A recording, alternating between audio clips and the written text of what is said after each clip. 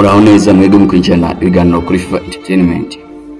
Bifurije imigisha ituruka ku Mana. Tuje kubabwira ko kandi mu Rwanda hari uruganda rukora intwaro rumaze igihe rukorera ndetse mu bikoresho bya gisirikare byifashishwa mu bikorwa by'umutekano byamuritswe mu nama mpuzamahanga y'umutekano muri Afrika Isaka. Harimo imbunda n'into zikorerwa i Kigali. Uruganda rukora intwaro mu Rwanda rwitwa Rwanda Engineering and Manufacturing Corporation REMECO. Rukorera ibikoresho bya gisirikare ingabo z'u Rwanda RDF. Mu zindi ntego rufite harimo no gufasha ibihugu by'inshuti kubona ibikoresho bya gisirikare.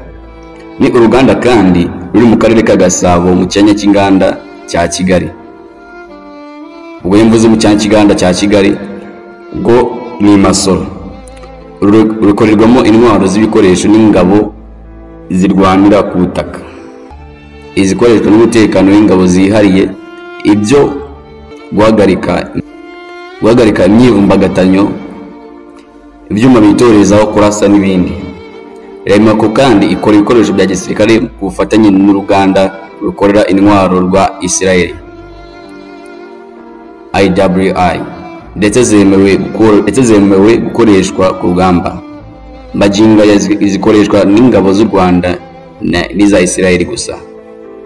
Zikorerwa mu Rwanda kandi harimo Mastore cyase pistol, mo RDA5 magana 3 Big Ala n'izindi, harimo n'izikoresha n'abadahosha nka SCD Sniper n'izindi zishobora kubikora. Byinshi mu bice bigize izi mbunda bikorerwa mu Rwanda uretse nk'amasasu. Ububiko bw'amasasu magazine na lens bitumizwa hanze y'igihugu. Uretse intwaro zikorerwa mu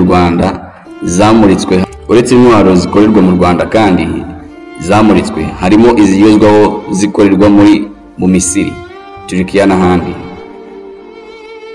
Murakoze. Umva kuri microphone Regalis Flavor.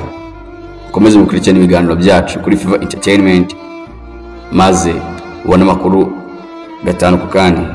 Turaza kubabwira inkuru rambuye kuri iki gikorwa cy'izi ntwaro cyangwa se kuri uruganda rw'izi ntwaro. Tubabwira amateka y'uruganda ku rwashinzwe. Wowe icyo usabwa ni ugukomeza gukurikirana ibiganiro byacu kuri FIFA Entertainment maze ubundi ubone amakuru yuzuye. Murakoze, mugire imigisha y'Imana.